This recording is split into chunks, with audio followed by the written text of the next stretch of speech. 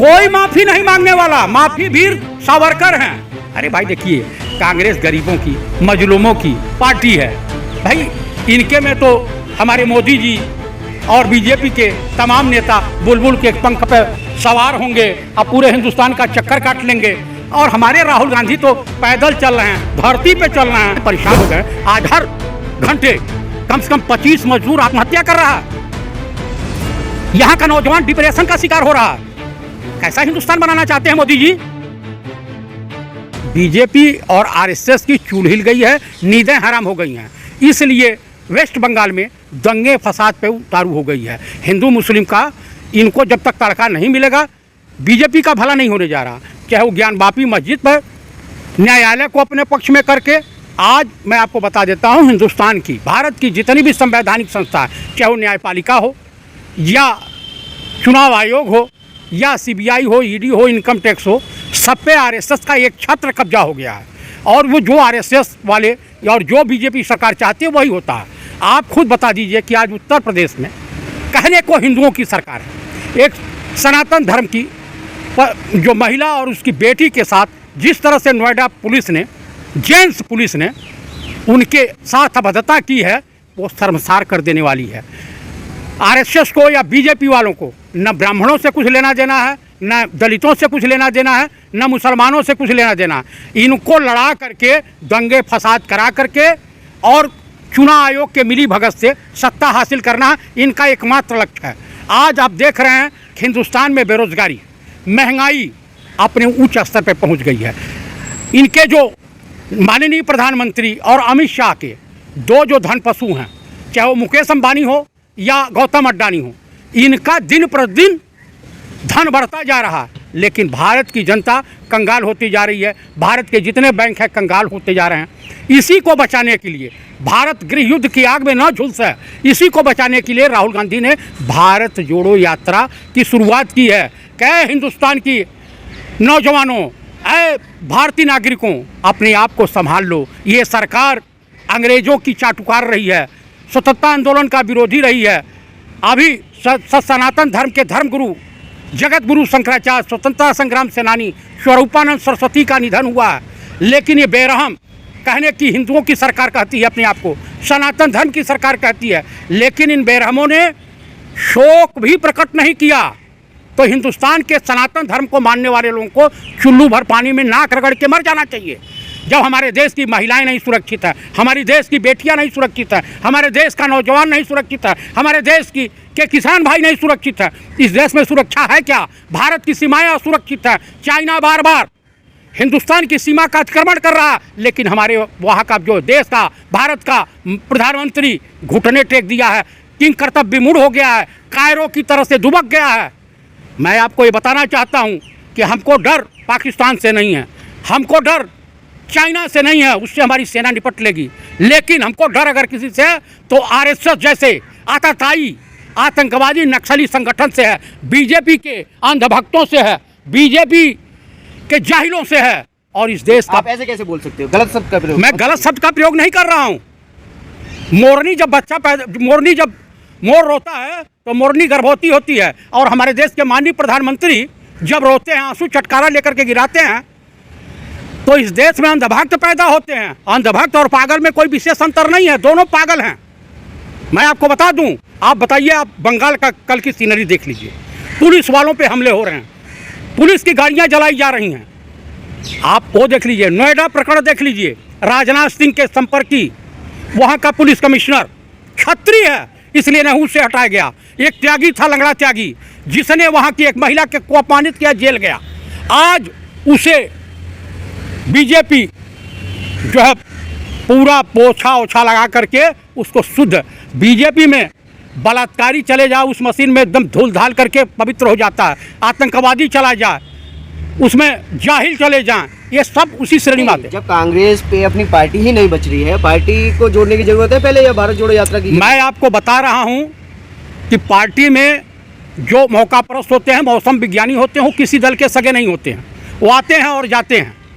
सबको चाहिए कि हम मलाईदार पोस्ट पर हैं। कुछ भाजपा के पेरोल पर कांग्रेस में काम करते हैं, जैसे वो संदीप सिंह है, और उसके बाद और तमाम तरह के लोग हैं जिनके नाम उजागर होने हैं। अभी देखिए लोकसभा चुनाव आने दीजिए। बीजेपी टी शर्ट पे सवाल उठाती है, कभी कहती है विवेकानंद जी के वहाँ पर चरण स्पर्श नहीं किए, उन्हें नमन नहीं किया और यात्रा शुरू कर दी। देखिए बीजेपी झूठ बोलने की मशीन है। और वो जो वीरांगना हैं जिन्हें स्मृति ईरानी को मैं सत नमन करते हुए शुभकामनाओं सहित श्रद्धांजलि अर्पित करता हूँ उस वीरांगना को जिसकी बेटी बियर बार चलाती है, मांस परोस के खिलाती है। जो क्या स्वामी विवेकानंद के मेमोरियल पर नहीं गए थे राहुल गांधी? क्लीन चिट मिल गया था, कोर्ट से क्लीन चिट मिल गया भैया। आरटीआई में पूरा कहाँ, कोई कोर्ट कार्ड से नहीं हुआ, ये तो जाएगी जेल। जब तक मोदी सरकार है सुरक्षित है, उसके बाद ही जेल जाएगी। वो तो कह रही थी कांग्रेस के नेता माफी मांगे। कोई माफी नहीं मांगने वाला, माफी वीर सावरकर हैं। अरे भाई देखिए, कांग्रेस गरीबों की मजलूमों की पार्टी है भाई। इनके में तो हमारे मोदी जी और बीजेपी के तमाम नेता बुलबुल के पंख पे सवार होंगे, अब पूरे हिंदुस्तान का चक्कर काट लेंगे। और हमारे राहुल गांधी तो पैदल चल रहे हैं, धरती पे चल रहे हैं, लोगों का हुजूम उमड़ रहा है, देश में भाईचारे का संदेश दे रहे हैं, देश की गंगा जमुनी तहजीब को बचाने के लिए वो संघर्ष कर रहे हैं। तो जिसको रहना है रहे, जिसको जाना है जाए। आओ सनम और जाओ सनम। अरे T shirt container Rahul Gandhi के पिता के नाना पंडित जवाहरलाल नेहरू कैम्ब्रिज विश्वविद्यालय में पढ़ते थे, ऑक्सफोर्ड में।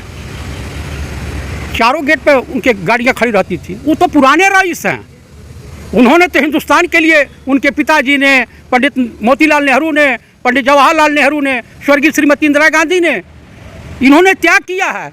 और आरएसएस से पूछिए, ये माफी वीरों से पूछिए, अंग्रेज़ों के दलालों से पूछिए, अंग्रेज़ों के चाटुकारों से पूछिए। ये स्वतंत्रता आंदोलन का बहिष्कार किए थे। 60 रुपया पेंशन कांग्रेस के किसी को नहीं मिलती थी ब्रिटानिया गवर्नमेंट से, ये सावरकर को मिलती थी, कायर सावरकर को, माफी वीर सावरकर को मिलती थी। कांग्रेस के लोगों ने घुटने नहीं टेका। चंद्रशेखर आजाद को मरवाने के लिए आरएसएस के लोगों ने जासूसी की थी। आप आरोप लगा रहे हैं। मैं सत्य बोल रहा हूँ भाई, आप इतिहास उठा के देख लीजिए, इतिहास को झुठलाया नहीं जा सकता है। कहाँ पढ़ा है आपने? आप मातृभूमि के लिए पढ़ लीजिए, चंद्रशेखर आजाद का इतिहास पढ़ लीजिए। तो आरएसएस का कहाँ जिक्र है? आरएसएस का क्यों नहीं? आरएसएस 1925 से बना और चंद्रशेखर आजाद की एलिफेंट पार्क में हत्या किस सन हुई? शहीद आजम भगत सिंह के फांसी के बाद हुई, समझ रहे हैं? एलिफेंट पार्क इलाहाबाद में। उतना बड़ा, सबसे ज़्यादा इस देश में मुसलमान और ब्राह्मणों और तमाम पूरे देश के लोगों ने आवाज़ उठाया, संघर्ष किया, जेल में यातनाएं सहे। आरएसएस का एक भी व्यक्ति बता दीजिए, कोई बता दीजिए। नहीं, वो तो कहते हैं कि ब्राह्मण तो सभी ज़्यादातर बीजेपी के साथ हैं। कहाँ ब्राह्मण हैं? कुकुरमुत्ते ब्राह्मण होंगे। सनातन धर्म को मानने वाला ब्राह्मण नहीं है। ब्राह्मण अडानी अंबानी का चाटुकार नहीं हो सकता है। ब्राह्मण अपने जगह पे, सनातनी ब्राह्मण अपने जगह पे अडिग रहता है। सनातन धर्म को मानने वाले अपने जगह पे अटूट एकदम खड़े रहते हैं, निस्वार्थ खड़े रहते हैं। हमने स्वतंत्रता आंदोलन, हमारे पूर्वजों ने स्वतंत्रता आंदोलन में भाग लिया। मोदी जी के पिताजी लिए हैं, इनके ग्रैंडफादर लिए हैं। अमित शाह के पिताजी लिए हैं, इनके ग्रैंडफादर लिए हैं। मोहन भागवत के पिताजी और ग्रैंडफादर कभी रहे हैं? नहीं, बीजेपी तो हिंदुत्व के नाम पे जा। अरे हिंदुत्व क्या है? What is Hindutva? What is Hindutva? Hindu कोई धर्म होता है क्या? किस चूतिया ने कहा कि हिंदू धर्म होता है? सनातन धर्म होता है, इस्लाम धर्म होता है, सिख धर्म होता है, जैन धर्म होता है, क्रिश्चियन धर्म होता है, ईसाइयत धर्म होती है, समझ गए? यहूदी धर्म होता है। अभी कह दीजिए कि हिंदू धर्म नहीं होता है, कहीं ढूंढ लीजिए।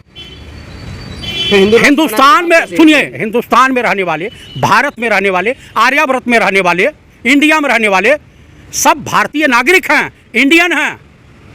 उन्हीं को इंडियन कह लीजिए, हिंदुस्तानी कह लीजिए, भारतीय कह लीजिए, आर्यावर्ती कह लीजिए। हिंदू कोई धर्म नहीं होता बंधु। तो हिंदू राष्ट्र बनाने की जब बात होती है तो ये चूतियों का राष्ट्र बनाना चाहते हैं, अंधभक्तों का राष्ट्र बनाना चाहते हैं, मूर्खों का राष्ट्र बनाना चाहते हैं। इसी तरीके से, जिस तरीके से बीजेपी उलूल जुलूल हरकत कर रही है, इसी तरीके से राम के प्रति लंका का राजा रावण कहा कि तो तपस्वी है, तो जंगली है, ये है, वो है। इसी तरीके से चर्चिल ने कहा था। आप अपने आप को हिंदू नहीं मानते? मैं सनातन धर्म को, मैं हिंदू नहीं हूँ। I am Indian, I am भारतीय, नॉट आई एम हिंदू। ये जो लोग कह रहे हैं ये मूर्खता बड़ा है। भारतीय कहिए, आर्यावर्ती कहिए, और इंडियन कहिए, हिंदुस्तानी कहिए, इसमें गर्व होता है। हमारा नेशनल है, इंसानियत धर्म होती है। इस पृथ्वी पर दो ही जातियाँ हैं, मैन ओ मैन, स्त्री पुरुष, नर नारी, आदमी और औरत।